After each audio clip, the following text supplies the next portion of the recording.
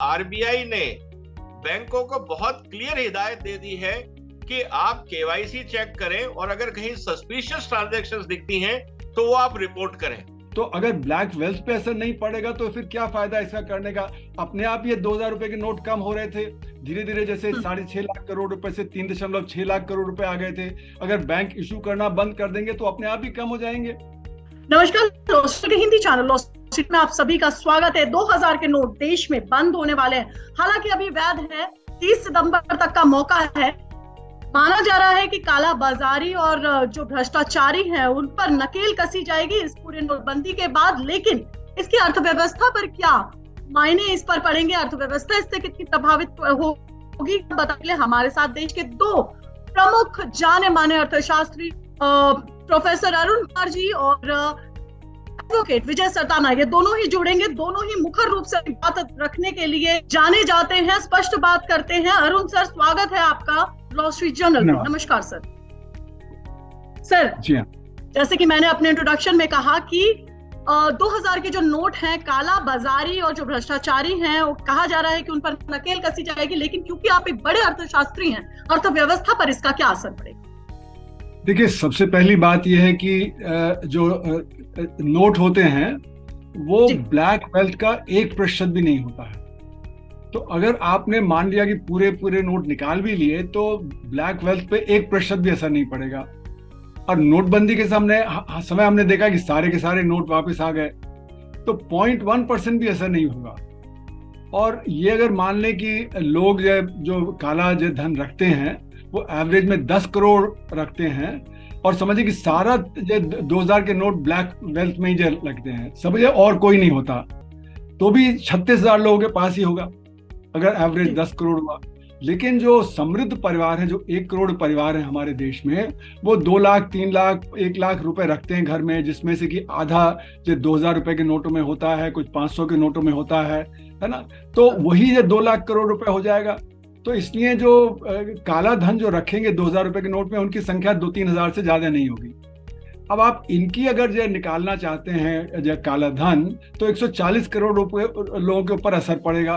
तो इससे हमारा जो ट्रांजैक्शन है वो जो असर पड़ता है, हमारी जो सिक्योरिटी है घर में कि हमने रखा है पैसा, जिससे कि कोई कल बीमारी हो जाए, कोई और परेशानी हो जाए, तो उस पर असर पड़ेगा।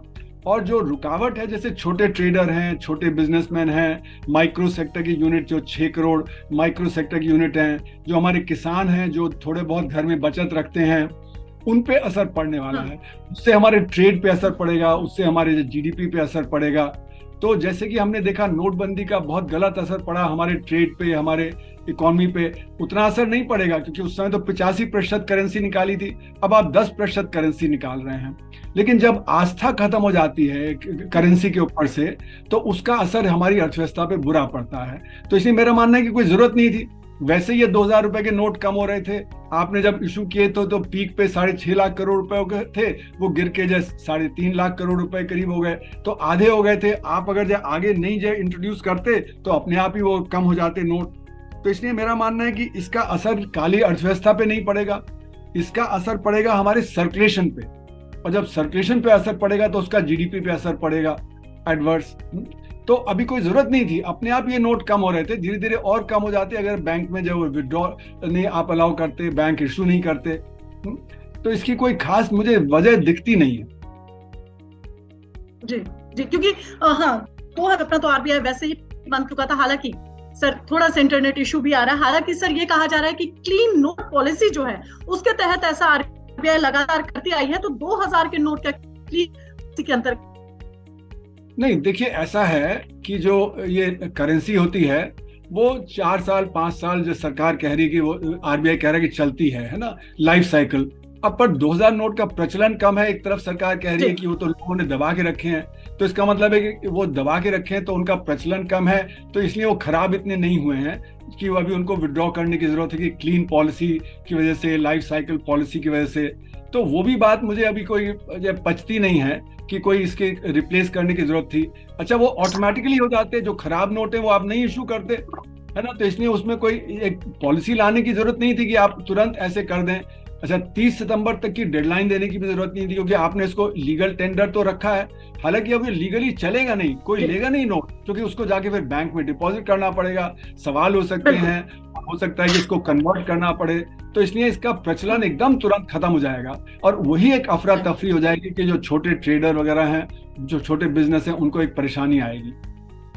तो मतलब कि एक तरीके से तो चलन भी बंद हो जाएगा, और बैंकों से इसको बाकायदा आरबीआई से निर्देश दिया गया है कि बैंकों से भी इसका जो सर्कुलेशन है वो बंद किया जाए। हमारे साथ विजय सदाना जी भी जुड़ गए हैं। सर, स्वागत है लॉ स्ट्रीट जर्नल में। नमस्कार सर, हमारे साथ अरुण सर जुड़े हुए हैं, प्रोफेसर अरुण कुमार, और उनका ये मानना है और उनका ये साफ कहना है कि अर्थव्यवस्था पर इसका बुरा असर पड़ेगा। 2000 के नोट जो बंद हुए हैं, आप क्या कहते हैं? काला बाजारी पे तो नकेल कसा जाएगा, लेकिन अर्थव्यवस्था इससे काफी ज्यादा प्रभावित हो जाएगी। सबसे पहले अरुण जी और सभी दर्शकों को प्रणाम। देखिए, जहां तक बात है इस नोटबंदी की, अगर आप देखें, या जिसको हम कह रहे हैं कि पहली बात तो ये डीमोनेटाइजेशन नहीं है, ये हमें समझना पड़ेगा। 4 महीने का हमारे पास समय है। जिनके पास भी 2000 के नोट हैं, they have enough time to replace it with other currency. ये बात भी क्लियर है। अब इंपॉर्टेंट चीज ये है कि टोटल क्वांटम कितना है। अगर आप देखें 2000 के नोट का जो आज क्वांटम की अगर हम बात करते हैं, तो करीब 10.8% ऑफ टोटल कैश जो मार्केट में है, जो आज की तारीख में करीब 3,60,000 करोड़ के आसपास जो कैश है, वो है 2000 की करेंसी में। तो एक बात ये भी क्लियर है कि जो लोकल आम आदमी है वो 2000 के नोट में ट्रांजैक्शन नहीं करता है। अगर उसके पास पैसा है तो बैंक में जितना मर्जी वो जमा कराए, कोई रिस्ट्रिक्शन नहीं है। सिर्फ रिस्ट्रिक्शन इस बात की है कि आप पैसे को दे के वापस उसके अगेंस्ट दूसरी करेंसी नहीं ले सकते। आपको बाकी बैंक में अपने अकाउंट में डिपॉजिट करना आप जितना मर्जी करिए, कोई रिस्ट्रिक्शन नहीं। तीसरा इंपॉर्टेंट चीज ये है कि आम आदमी ऑन एन एवरेज अगर उसको एक्सचेंज भी करना है, तो एक छोटा सा हम एक उदाहरण ले लेते हैं कि जो बिजनेसमैन है जिसको पैसा चाहिए इकोनॉमी के लिए, वो बैंक में पैसा जमा कराए, दूसरे नोट ले, बाजार में चलता रहे, कोई क्राइसिस नहीं है। दिक्कत उनको आएगी अगर मैं रोज का 20,000 बदल रहा हूं और अगले 100 दिन मेरे पास है, तो 20,000 इंटू 100 20 लाख बनता है। 20 लाख का भी अगर आपके पास कैश पड़ा है 2000 के करेंसी के रूप में, तब भी आपको कोई दिक्कत नहीं है। लेकिन आपने 50 लाख, 1 करोड़, 10 करोड़, 100 करोड़ अगर 2-2 हजार के नोट रखे हुए हैं, तो पहली बात तो उस कैश को रखने का कोई लॉजिक नहीं, नंबर 1।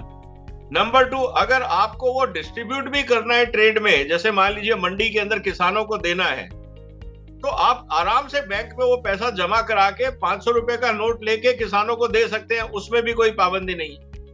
तो ये सिर्फ उनके लिए प्रॉब्लम होगा जो कैश रिजर्व्स लेके बैठे हैं, अनअकाउंटेड है, बैंक में जाने से डरते हैं, क्योंकि आरबीआई ने बैंकों को बहुत क्लियर हिदायत दे दी है कि आप केवाईसी चेक करें और अगर कहीं सस्पिशियस ट्रांजैक्शंस दिखती हैं तो वो आप रिपोर्ट करें। तो ये कुल मिला के जो आम आदमी है, जो ईमानदार आदमी है, उसको कुछ भी डरने की जरूरत नहीं है, और जिसके पास 2 नंबर का पैसा है उसको निश्चित रूप से डरना चाहिए, इसमें कोई बुराई नहीं। अरुण सर, क्या कहना चाहेंगे आप कि 2 नंबर का जो पैसा जिनके पास है, सिर्फ और सिर्फ उन्हीं को परेशानी है, आम आदमी इससे ज्यादा परेशान हैरान नहीं होगा? विजय सदाना जी का साफ कहना है। देखिए, ऐसा है कि जो काले धन की अर्थव्यवस्था होती है उसके 2 हिस्से होते हैं। एक तो काली कमाई होती है और एक काला धन होता है। पहले आप काली कमाई करते हैं, उसमें से जो बचत होती है उससे काला धन आप अर्जित करते हैं। काले धन का जो कैश कंपोनेंट होता है 1% से कम होता है। तो अगर आप समझिए कि अर्थव्यवस्था में 300-400 लाख करोड़ की अगर जो ब्लैक वेल्थ है, तो उसमें से 3-4 लाख करोड़ रुपए की आपका कैश में होगा।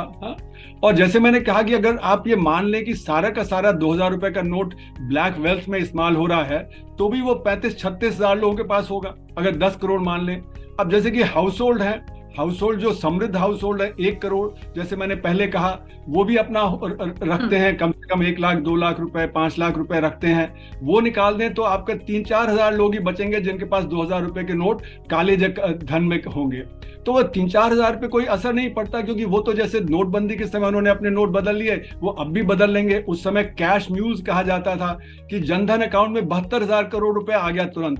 क्योंकि जो गरीब आदमी है उसको आपने दे दिया कि भाई आप कन्वर्ट कर लो, है ना, और अभी तो कोई पूछताछ नहीं है, तो कन्वर्ट करना भी आसानी से कन्वर्ट हो जाएगा।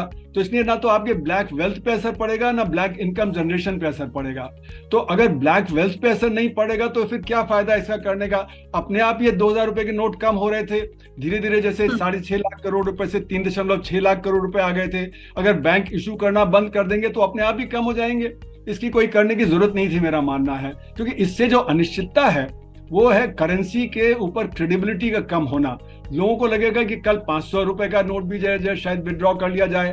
तो जो अनिश्चितता का काल है वो हमारी अर्थव्यवस्था ऑलरेडी परेशानी के दौर से भी निकल रही है, जहां पे कि हमें पैंडेमिक का असर पड़ा, उसके पहले जीएसटी का असर पड़ा, उसके पहले और असर पड़ा। तो अभी हमने देखा नोटबंदी जैसे हुई, नोटबंदी से कहा गया लोग ज्यादा टैक्स पे करेंगे, लेकिन जो हमारा डायरेक्ट टैक्स जीडीपी रेशियो है वो तो बढ़ा नहीं खास, है ना। हमारा जो टोटल टैक्स कलेक्शन है वो टैक्स जीडीपी रेशियो वो भी नहीं बढ़ा।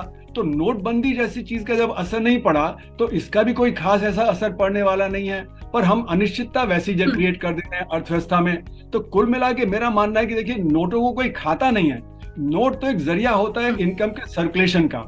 जब नोटों की कमी होगी, अफरा तफरी, जैसे कि देखिए तुरंत अभी से कोई 2000 रुपए का नोट नहीं लेगा, कोई व्यापारी नहीं लेगा, कोई आप जाएंगे वो नहीं लेगा, क्योंकि उसको फिर बदलना पड़ेगा। तो जब नोटों की एकदम कमी होगी तो 500 रुपए के नोट पे लोग टूटेंगे, बैंकों में 500 रुपए के नोटों की कमी हो जाएगी एकदम से। आप देखेंगे अगले हफ्ते 10 दिन में, हो सकता है 10 दिन बाद कमी ना हो, पर हफ्ते 10 दिन में तो एक असर होगा। जो हमारे छोटे जब बिजनेसमैन हैं, माइक्रो सेक्टर के, स्मॉल सेक्टर के, उनको पैसा चाहिए होता है रॉ मटेरियल खरीदने के लिए, उनको चाहिए होता है वेजेस देने के लिए, वहां पे परेशानी आएगी। ये विजय जी सही कह रहे हैं कि जो हमारे 29 करोड़ परिवार हैं जिनके पास 2000 रुपए का नोट नहीं होता है, उनको तो कोई डायरेक्ट इन नहीं होगा, लेकिन अगर उनके रोजगार पे असर पड़ा तो फिर उनको असर पड़ेगा। तो रोजगार पे असर पड़ेगा, छोटे बिजनेस पे असर पड़ेगा, छोटे प्रोड्यूसर्स पे असर पड़ेगा, वो जो परेशानी है ना। और फिर 10 करोड़ ट्रांजैक्शंस अगर सब लोग अपने नोट जाके बदलने लगे, डिपॉजिट करने में लोगों को खतरा लगेगा कि भाई हमने डिपॉजिट किया, कल सवाल उठेगा कि भाई आपने इस समय में इतने 36 लाख रुपए आपने डिपॉजिट कर दिया। तो वो जो नहीं करेंगे, वो जो कैश म्यूज का इस्तेमाल करेंगे, तो एक तरह से अनिश्चितता के अनिश्चितता रहेगी। बिल्कुल बिल्कुल विजय सर, 2 सवाल, एक तो क्रेडिबिलिटी जो है नोट पर वो जनता की है वो घटेगी, और दूसरा रोजमर्रा की जो जिंदगी है वो प्रभावित होगी। चंद लोगों का जो खामियाजा है वो एक बड़ी संख्या की आम जनता को भुगतना पड़ेगा। पहले कहा गया नोटबंदी करो तो भ्रष्टाचार कम हो जाएगा, 2000 के नोट को जारी किया गया, अब बंद कर रहे हैं 2000 के नोट, और ये कहा जा रहा है कि अब बंद कर दो नोट तो भ्रष्टाचार खत्म हो जाएगा। आपका क्या कहना है? देखिए, भ्रष्टाचार खत्म हो जाएगा मैं नहीं मानता, क्योंकि भ्रष्टाचार एक मानसिक बीमारी है, वो कोई आपके नोटों से संबंधित नहीं है। जिसकी नीयत बेईमानी करने की है, आप उसको 500 का भी देंगे तो वो 500 में रिश्वत ले लेगा। कोई जरूरी नहीं है कि रिश्वत वो 2000 में ही लेगा और 100 रुपए की रिश्वत नहीं लेगा। तो भ्रष्टाचार और करेंसी सर्कुलेशन का कोई डायरेक्ट कोरिलेशन नहीं है, लेकिन हाँ, जो लोग भ्रष्टाचार करते हैं, पैसा रखने में जरूर सुविधा होती है। उम्मीद करिए कि आज जो नोटों के पहाड़ आपको दिख रहे हैं कमरे में भरा पड़ा, वैसे आपको 4 कमरे चाहिए, या आपने एक अलमारी में भरा हुआ है तो उसकी जगह 4 चाहिए। तो थोड़ी सी इनकन्वीनियंस है, थोड़ा सा एक्सपोजर बढ़ जाता है, लोग थोड़े ज्यादा अलर्ट हो जाते हैं। तो टेंडेंसी ये होती है कि स्टॉकिंग ना की जाए, फिर वो शायद गोल्ड खरीदेंगे, वो प्रॉपर्टी खरीदेंगे, वो कुछ और करेंगे, तो रास्ते बदलेंगे। मैं नहीं कहता कि भ्रष्टाचार खत्म हो जाएगा, क्योंकि वो मानसिक बीमारी है, उसका करेंसी से कोई लेना देना। रही बात आपके की दिक्कत होगी, देखिए मुझे इसलिए दिक्कत नहीं लगती है, कारण ये है कि 2018 से 2000 के नोट छपने बंद हो गए।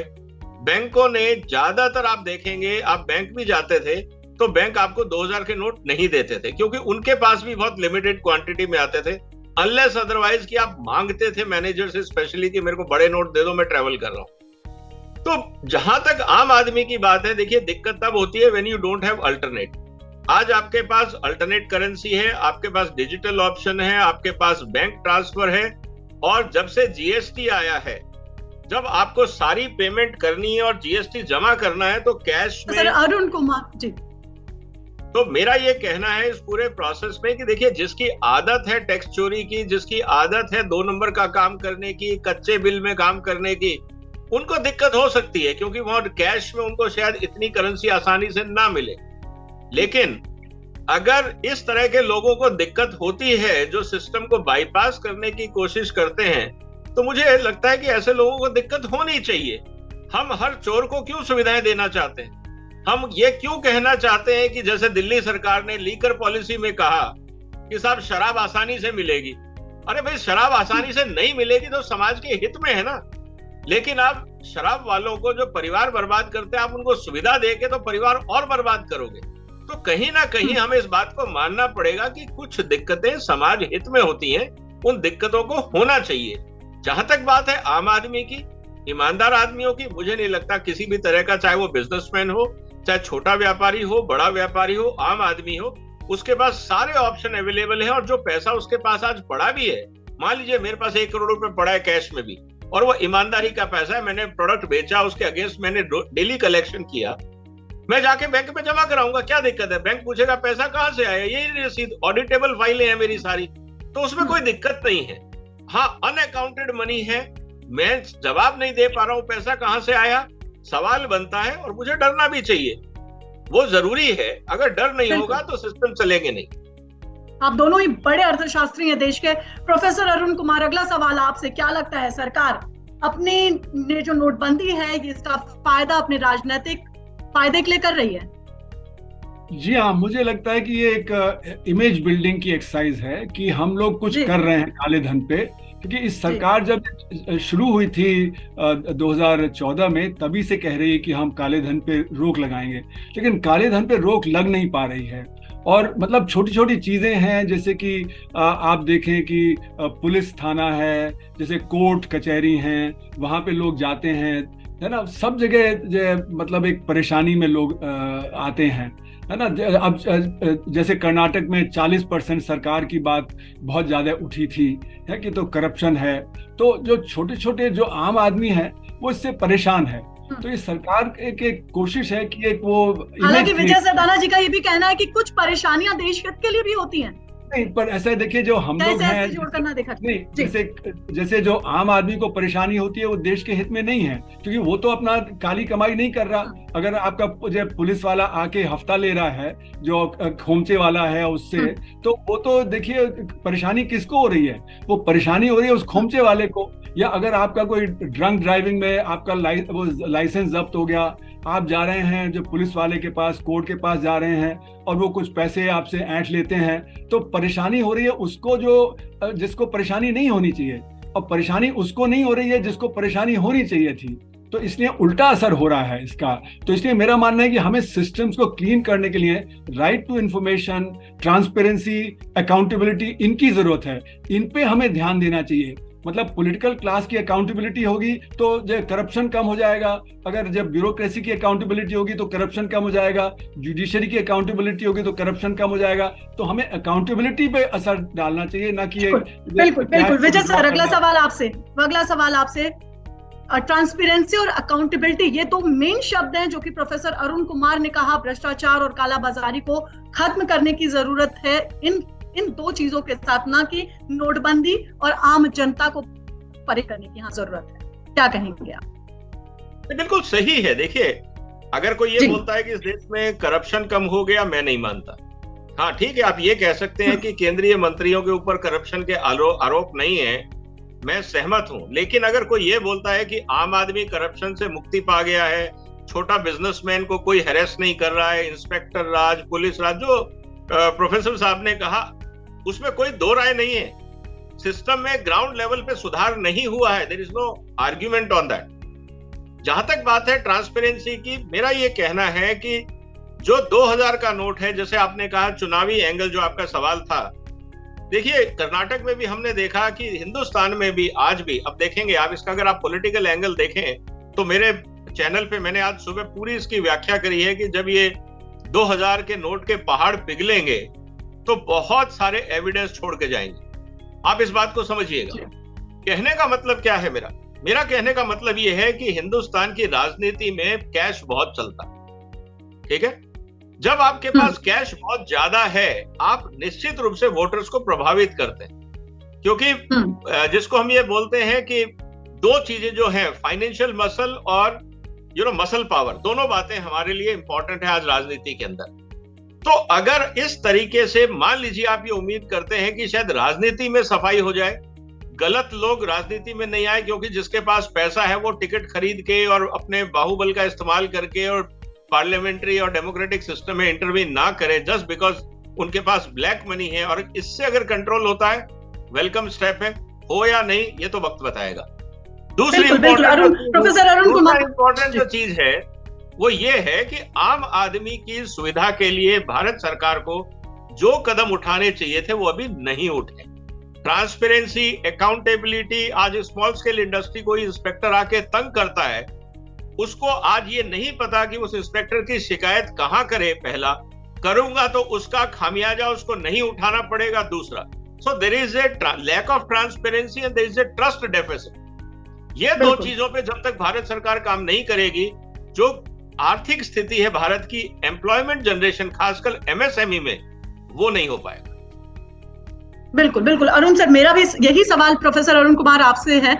बड़े अर्थशास्त्री आप अपनी बात बहुत बेबाक रूप से रखते हैं, विजय सरदाना जी ने कमियां भी बताई, आप क्या सोचते हैं जितनी अभी तक आपसे बात हुई, क्या एक फायदा आपको इसका दिखता है? देखिए, मैं विजय जी से सहमत हूं कि हमें जो काम करना है सामाजिक तौर पे वो ट्रांसपेरेंसी, अकाउंटेबिलिटी की बात करनी है ना। उसके लिए पॉलिटिकल, सोशल, इकोनॉमिक मूवमेंट चाहिए। जब मूवमेंट्स उठ खड़े होते हैं तो वो इसको जो पॉलिटिशियन है उसको बांध देते हैं, पॉलिटिशियन जो उस पर बाध्य हो जाता है काम करने के लिए। तो हमें अपनी पॉलिटिकल विल डेवलप करनी, क्योंकि जितनी भी पॉलिटिकल पार्टियां सभी उसी में लिप्त हैं, सभी जो कैश का इस्तेमाल करते हैं इलेक्शन में, कोई ऐसी पॉलिटिकल पार्टी नहीं है। तो वो जब अपना फायदा देखती है तो वो बंधन नहीं जो अपने ऊपर लगाती हैं, इसीलिए आरटीआई में सबको लाती नहीं है। तो जो मुझे लगता है कि अगर सरकार को पॉलिटिकल विल दिखानी है तो वो जो जैसे विजय जी ने कहा, ट्रस्ट और अकाउंटेबिलिटी और ट्रांसपेरेंसी, इस पे हमें बड़े मूवमेंट्स शुरू करने हैं। वो होगा तो ये समस्या कंट्रोल में आएगी।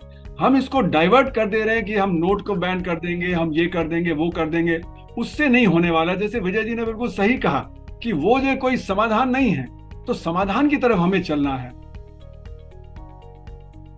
तो समाधान की ओर हमें चलना है। अगला जो साल है 2024 का है, और लोकसभा चुनाव में जो नोट है उसका जो सर्कुलेशन है, शायद इसके बाद उसकी जो एक निष्पक्ष जो चुनाव है वो देखने को हमें अपना हमारे देश में मिले।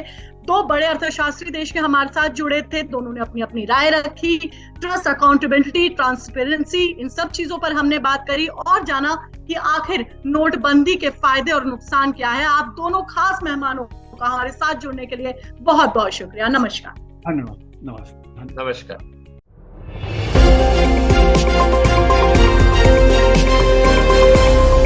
लॉ स्ट्रीट भारत, राष्ट्र के हित में।